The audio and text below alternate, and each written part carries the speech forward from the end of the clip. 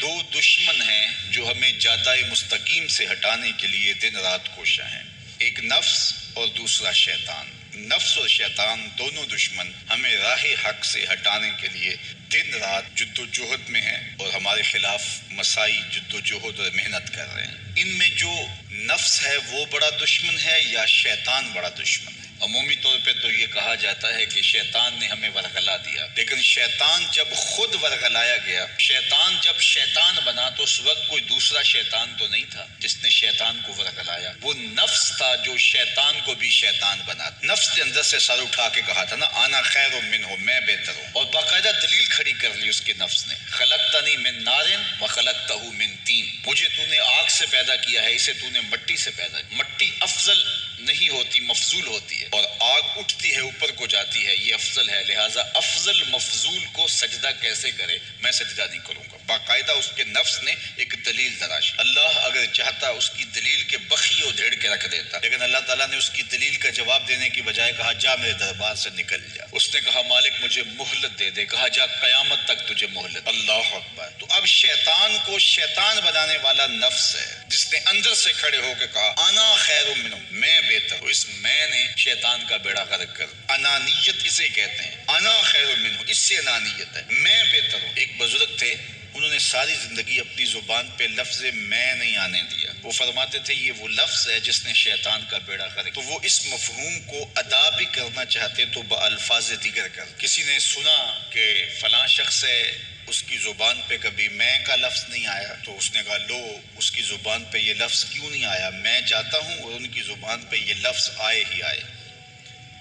ہر شخص کی اپنی ترجیحات ہوتی ہے، ایک مہم پہ نکلا کہ ان کی زبان پہ لفظ میں لے کر آنا۔ کیا حضرت بیٹھے تھے، حضرت ایک مسئلہ پوچھنے آیا، بیٹا پوچھئے، شیطان کو کس چیز نے برباد کیا تھا؟ حضرت اب تو بولیں گے نا کہ میں نے اس کا بیڑا غرق کیا تھا، کہوں گا جیسے بھی زبان پہ لفظ تو آئی گیا، اور شیخ بھی بڑے سمجھدار تھے، سمجھ گئے اس کی نیت کے کھوٹ کو کہ یہ کیوں آیا ہے اور یہ مسئلہ کیوں پوچھ رہا۔ ہر مسئلہ تفہیم کے لیے نہیں پوچھا جاتا، اس کے مقاصد اور بھی ہوتے ہیں، اور اہل اللہ کو اللہ نے وہ بصیرت دی ہوتی ہے جو سائل کے انداز سے سمجھتے ہیں کہ اس کے مقاصد۔ تو کہا حضرت پوچھنے آیا ہوں کہ شیطان کو کس چیز نے برباد کیا؟ حضرت فرمانے لگے نماز کا ٹائم ہو گیا، ابھی جماعت کھڑی ہونے والی ہے، نماز کے بعد اس پہ بات کر۔ خیر نماز ہوئی، سلام پھرا تو حضرت خود فرمانے لگے کسی نے پوچھا تھا کہ شیطان کو کس چیز نے برباد کیا؟ جواب دینا چاہ رہا ہوں، کس نے پوچھا تھا؟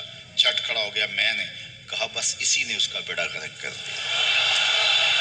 تو انانیت میں جو ہے یہ شیطان کو شیطان بنانے والی، نفس جس نے اندر سے سر اٹھایا اور کہا انا خیر منہ، میں بہتر ہوں، تو یہ شیطان کو شیطان بنانے والا نفس ہے۔ تو نفس شیطان سے بھی بڑا دشمن۔ اب ہمارے ساتھ دو بڑے دشمن لگے ہوئے، ایک شیطان اور دوسرا نفس، اور دونوں ہمارے باطن کو اجاڑنے کے لیے، ہمارے من کو بے چراغ کرنے کے لیے، ہمارے اندر کی روشنیاں بجھانے کے لیے دن رات کوشاں۔ ایک تنہا ناتواں اکیلی جاں، دو دشمنوں کے نرغے میں، اور دونوں دشمن بڑے تگڑے اور بہت طاقتور، اور ہر وقت ہمارے اوپر حملہ آور۔ الشیطان جاسم علی قلب ابن آدم فاذا ذکر اللہ خنس واذا غفل وسوس۔ حضرت نبی رحمت صلی اللہ علیہ وآلہ وسلم نے ارشاد فرمایا شیطان اولاد آدم کے دل پہ قبضہ جماتا ہے، اور جب بندہ غافل ہوتا ہے تو یہ وسوسے ڈالتا ہے، اور جب بندہ اللہ کا ذکر کرتا ہے تو یہ بھاگ جاتا ہے۔ تو شیطان وسوسہ اندازی کرتا ہے، باطن کو اجاڑتا ہے، من کو لوٹتا ہے۔ نفس اور شیطان دو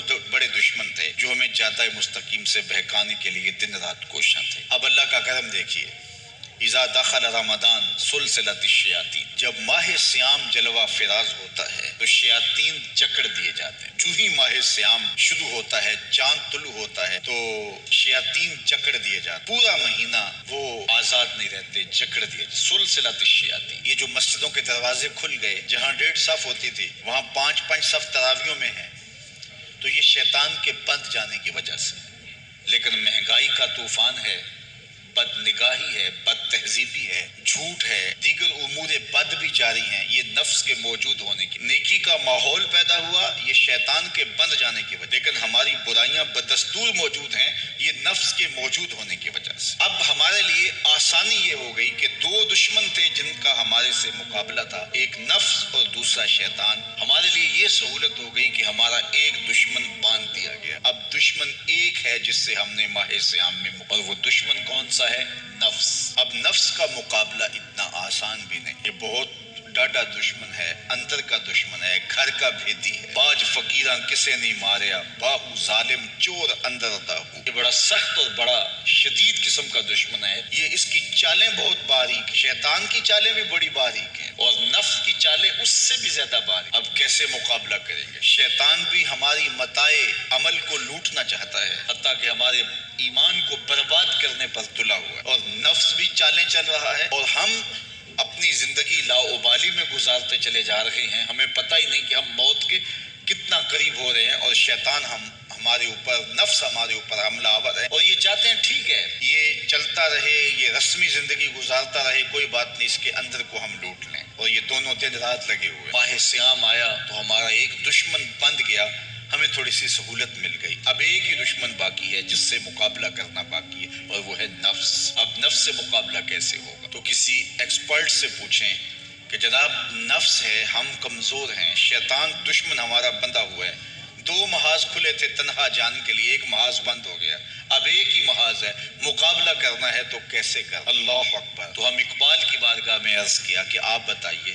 وہ کہنے لگے میں آپ کو اپنے مرشد مولانا رومی کے پاس لے جاتا ہوں۔ رومی کے پاس اقبال لے کر کے گئے تو رومی نے کہا کہ میں آپ کو ایک اور شخص کا پتہ بتاتا ہوں، اور وہ اتنا کامل ہے اور اس شعبے میں اس قدر ایکسپرٹ ہے۔ اس نے کہا ہفت شہر عشق را اتار گشت، ما ہنوز اندر خمے یک پوچا۔ عشق کے 7 شہر حضرت شیخ فرید الدین اتار گھوم چکے ہیں، اور ہم پہلے شہر کی پہلی گلی کے کونے میں کھڑے ہیں۔ یعنی اتنا بڑا شخص شیخ فرید الدین علیہ رحمہ، تو کہا وہ بتائیں گے تمہیں کہ نفس کا مقابلہ کیسے کرنا ہے۔ رومی کہتے ہیں کہ وہ میرے بھی استاد ہیں، رومی کہتے ہیں کہ وہ میرے بھی ہادی و مرشد ہیں۔ جس عشق کے شہر میں میں داخل ہوا ہوں اور ابھی کونے پہ کھڑا ہوں، اس طرح کے 7 شہر وہ گھوم کے بھی آئے ہیں۔ آؤ ان سے پوچھتے ہیں کہ جناب نفس قابو کیسے کریں؟ تو شیخ فرید الدین اتار نے کہا نفس نتواں کشت الا باسے چیز، بات گوئم یادگیرش اے عزیز۔ نفس نہیں مرتا، لیکن 3 اسلحے اگر آپ کے پاس ہوں تو یہ نفس ٹھہر بھی نہیں سکتا۔ غور سے سن لیجئے، روحوں میں اتار لیجئے، اور زندگی میں ہمارا مقصد ہے اس نفس کا مقابلہ کرنا۔ شیطان کا مقابلہ کرنا بھی ہمارا مقصد ہے، اور نفس کا مقابلہ کرنا بھی ہمارا مقصود زندگی ہے۔ ساری زندگی فریب میں ہم میں نہیں گزارنی، زندگی تیزی کے ساتھ گزر رہی ہے اور ہم آغوش موت میں اترنے والے ہیں۔ تو یہ ڈاڈے دشمن ہماری متاع عمل لوٹ رہے ہیں، ہمارے کیے ہوئے عمل کو عجب سے، تکبر سے، ریاکاری سے برباد کر دیتے ہیں۔ ہمیں پہلے عمل کی طرف جانے نہیں دیتے، پھر عمل کے اندر وسوسے ڈالتے ہیں، پھر عمل ہو جائے تو اس کو پھر برباد کرنے کی کوشش کرتے ہیں۔ کتنے ڈاڈے دشمن ہیں جن کے نرغے میں ہم پھنسے ہوئے ہیں۔ تو پھر ہمیں کوئی بندہ مل گیا ہے جو بتا رہا ہے کہ جناب اس کا مقابلہ ایسے کریں گے، تو پھر آج کی سن لیں ہم اور غور کر لیں اور اپنے اندر اتریں۔ تو شیخ فرید الدین اتار ہمیں بتا رہے ہیں، تو سنیے وہ کیا کہہ رہے ہیں۔ نفس نتواں کشت الا باسے چیز، نفس نہیں مرتا، یہ بڑا ڈاڈا ہے، لیکن 3 اسلحے اگر آپ کے پاس ہوں تو یہ ٹھہر بھی نہیں سکتا۔ وہ 3 اسلحے کون سے ہیں؟ خنجر خاموشی و شمشیر جو، نیزائے تنہائی و ترک ہجو۔ ایک خاموشی کا خنجر، دوسرا بھوک کی تلوار، اور تیسرا تنہائی کا نیزہ۔ یہ 3 اسلحے تمہارے پاس ہوں تو پھر نفس ٹھہر بھی نہیں سکتا۔ خاموشی کے خنجر سے نفس پہ وار کیا جا سکتا ہے۔ میرے اور آپ کے آقا مولا نے فرمایا من صامت نجا، جس نے خاموشی اختیار کی وہ نجات پا گیا۔ ہماری زندگی کے جتنے بھی برے اعمال ہیں ان میں سے سب سے زیادہ برے اعمال ہماری زبان کرتی ہے۔ ہمارے ہاتھ بھی گناہ کرتے ہیں، کسی پہ ظلم کریں تو گناہ کرتے ہیں، ہمارے پاؤں بھی گناہ کرتے ہیں، برائی کے اڈے پہ چل کے جاتے ہیں، ہماری آنکھیں بھی گناہ کرتی ہیں، ہماری سوچیں بھی گناہ کرتی ہیں، ہم حرام کمائیں کھائیں تو پیٹ بھی ہمارا گناہ کرتا ہے، لیکن سب سے زیادہ گناہ ہماری زبان کرتی ہے۔ جھوٹ یہ بولتی ہے، غیبت یہ کرتی ہے، بہتان یہ لگاتی ہے، گالی گلوچ سب و شتم یہ کرتی ہے، گلے شکوے کا انداز، ناشکری کا لہجہ یہ اختیار کرتی ہے۔ اسی لیے میرے اور آپ کے آقا مولا نے فرمایا جو تمہارے 2 چپڑوں کے درمیان ہے، یعنی تمہاری زبان، اور جو 2 ٹانگوں کے درمیان ہے، تمہاری پارسائی کی جگہ، ان دو چیزوں کی تم مجھے ضمانت دے دو، میں محمد تمہیں جنت کی ضمانت دے دیتا ہوں۔ تو اپنی زبان کی حفاظت کرنی ہے۔ دیکھیے یہ سننے کے لیے چیزیں نہیں ہیں محض، بلکہ ان پر ہم عمل کریں، اور آج سے ہی دیکھیے یہ موسم رحمت ہے، رحمت کی برکھا برس رہی ہے، اور یہ موسم نور ہمارے سیکھنے کے لیے ہے۔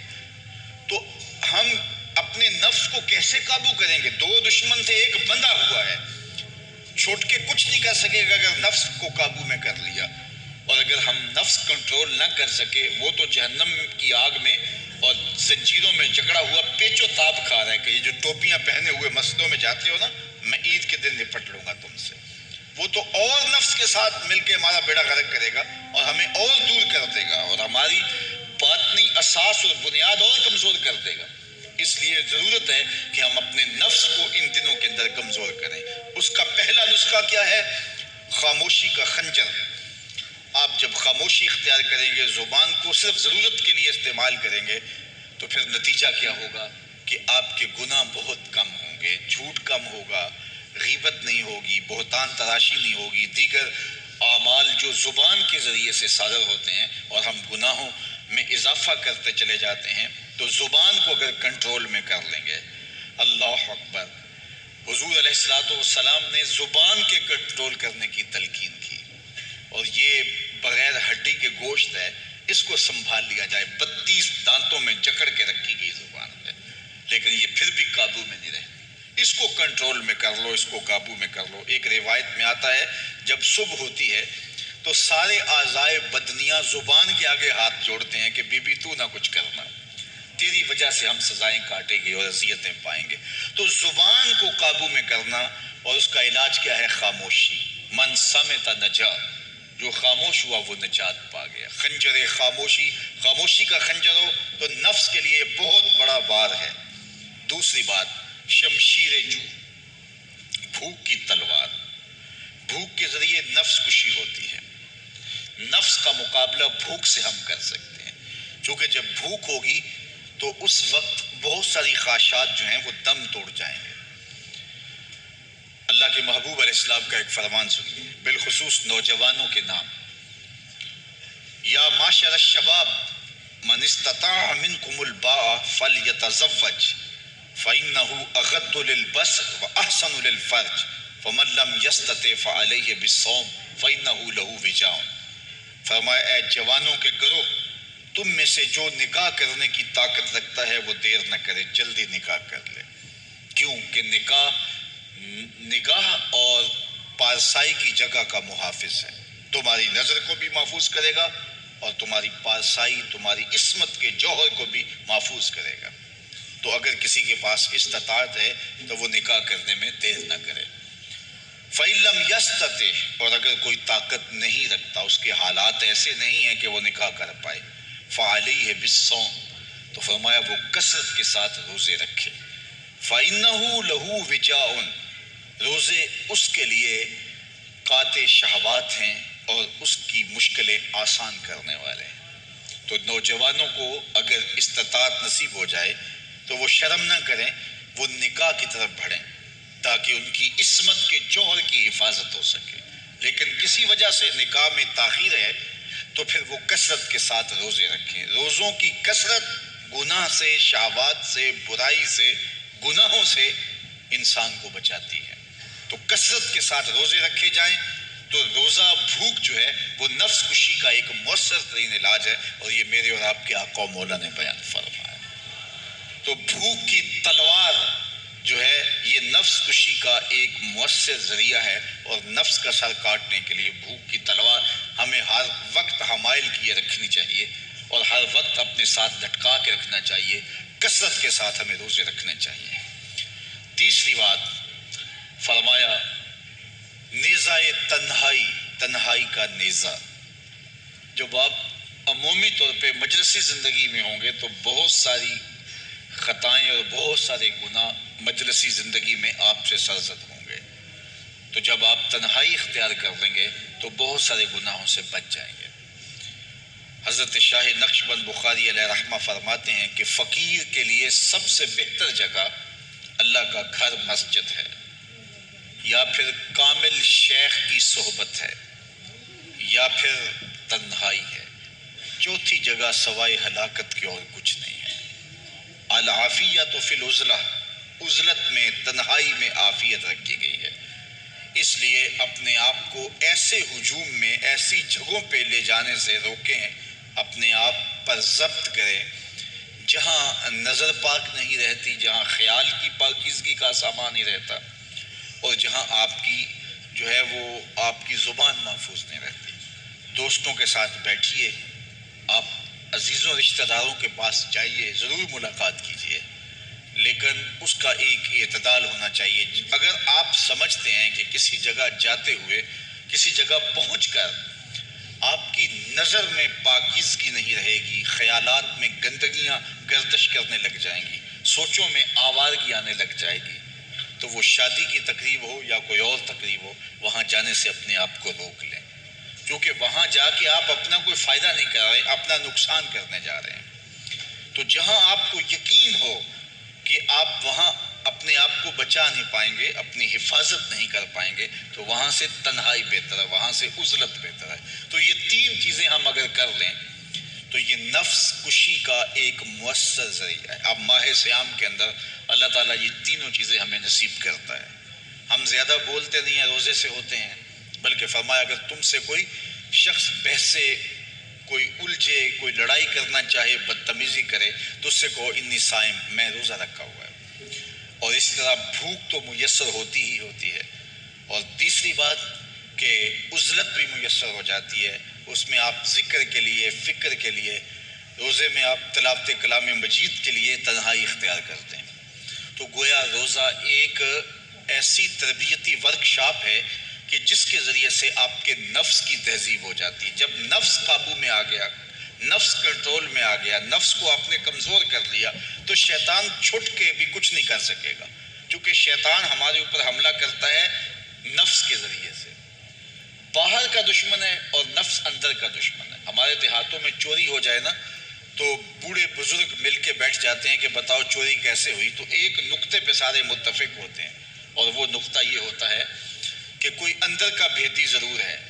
جب تک کوئی اندر کا بندہ نہیں تو باہر سے کوئی آ کے از خود چوری نہیں کر سکتا، تو کوئی اندر کا بندہ ضرور موجود ہے. نفس اندر کا بھیدی ہے اور شیطان باہر سے آ کر حملہ آور ہونے والا ہے. اس لیے شیطان کو اندر آنے کا موقع نفس دیتا ہے. نفس کو ہی کمزور کر لیجیے، وہ آپ کا ساتھی بن جائے، نفس امارہ، نفس مطمئنہ بن جائے. اور وہ نفس جو برائی کا حکم دیتا ہے وہ نفس امارہ کہلاتا ہے. اور جب وہ کثرت ذکر سے، عبادت سے نفس مطمئنہ بن جاتا ہے تو پھر وہ شیطان کے لیے رکاوٹ کا ذریعہ بن جاتا ہے اور آپ کی زندگی محفوظ ہو جاتی ہے. اور یہ ہمارا کام ہے، یہ ہمارے کرنے کا وظیفہ ہے.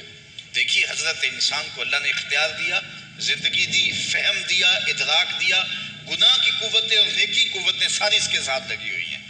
اس نے صرف ایک لا ابالی شخص کی طرح زندگی نہیں گزارنی کہ جو سامنے آ گیا کھا لیا اور جو زبان پہ آ گیا بول دی، ایسا نہیں ہے. یہ تو انسان ہے، اس کو تو اپنی زندگی کی راہیں خود متعین کرنی ہے کہ میری دنیا آخرت کے لیے نفع بخش کیا چیز ہے اور نقصان دہ کیا چیز ہے. انا ہدیناہ السبیل اما شاکرا و اما کفورا، کہ ہم نے اس کو دونوں راہیں دکھا دی. وہدیناہ النجدین، اس کو پتہ ہے یہ اچھائی ہے، یہ برائی ہے، اس نے اس سے اجالنا ہے اپنے اندر کو اور اپنے باطن کو سنوارنا ہے. تو ماہ صیام ہمارے لیے موسم رحمت اور موسم نور ہے جو ہمارے اندر کی روشنی کا سبب اور ذریعہ ہے. تو آئیے یہ موسم اللہ نے ہمیں نصیب کیا. قرآن مجید کی کثرت سے تلاوت کریں، نفس کمزور ہوگا. تنہائی اختیار کریں، نفس کمزور ہوگا. اپنی زبان پہ قابو کر لیں، نفس کمزور ہوگا. بھوک تو ہم روزے کی وجہ سے کاٹتے ہی کاٹتے، نفس کمزور ہوگا. اب شیطان چھٹ کر بھی عید کے دن ہمارا کچھ بگاڑ نہیں سکے گا اگر ہم نے اپنے نفس پہ قابو پا لیا. اور اگر نفس پہ قابو نہ پا سکے تو شیطان تو پھر پیچ و تاب کھا رہا ہے اور وہ ہمارے اوپر پھر اور زور و شور کے ساتھ حملہ ہوگا اور ہماری متاع عمل کو لوٹ لے گا. تو پھر کیا فائدہ ہوا کہ سارے مہینے کی محنت کی، عید کے دن، عید سے 4-5 دن بعد ہم نے لٹا دی، تو فائدہ کیا ہوا؟ اللہ نے اس عورت کی مثال بیان کی ہے قرآن میں جس کا توازن ذہنی ٹھیک نہیں تھا. اور وہ سارا دن سوت کاٹتی رہتی تھی اور شام کو اپنے ہاتھوں سے توڑ دیتی تھی. تو کہا کہیں ایسا نہ کرنا کہ تم بھی اس عورت کی طرح ہو جاؤ کہ اپنے ہاتھ سے کاٹا ہوا سوت اپنے ہاتھوں سے ہی توڑ دو. پورا مہینہ بھوک کاٹی، پیاس کاٹی، تکلیفیں گوارا کی، اور شام کو جو ہے وہ اپنے ہاتھ سے وہ سوت کاٹنے والی خاتون سوت توڑ دیتی ہے. تو کہیں ہم بھی ایسے نہ ہو جائیں کہ مہینے کی محنت ہر سال عید یا عید کے چند دن بعد برباد کر لیں، پھر اگلے سال مہینے کی محنت کریں، پھر عید کو برباد کر دیں، تو کیا فائدہ ہوا؟ تو ہم نے جو نعمت سمیٹی ہے، جو چیز دی ہے، جو چیز حاصل کی ہے، اس کو جذب کر لیں روح کے اندر، اس کو اپنے من کے اندر اتار لیں. اہل ایمان کو ایک دعا تلقین کی گئی ہے. وہ کیا دعا کرتے ہیں؟ ربنا لا تزغ قلوبنا بعد اذ ہدیتنا. اے اللہ، ہدایت کے بعد ہمارے دل کو پھر دوبارہ ٹیڑھا نہ کر دینا. اگر ہدایت دی ہے تو وہ نصیب ہی رہے، وہ من میں جذب ہو جائے، وہ روح میں اتر جائے. تو میں اور آپ اپنی زندگی کو اللہ اور اس کے رسول کے نام پہ لگایا ہے، تو پھر اپنی ساری زندگی کو اللہ اور اس کے رسول کے نام پہ لگا دیں.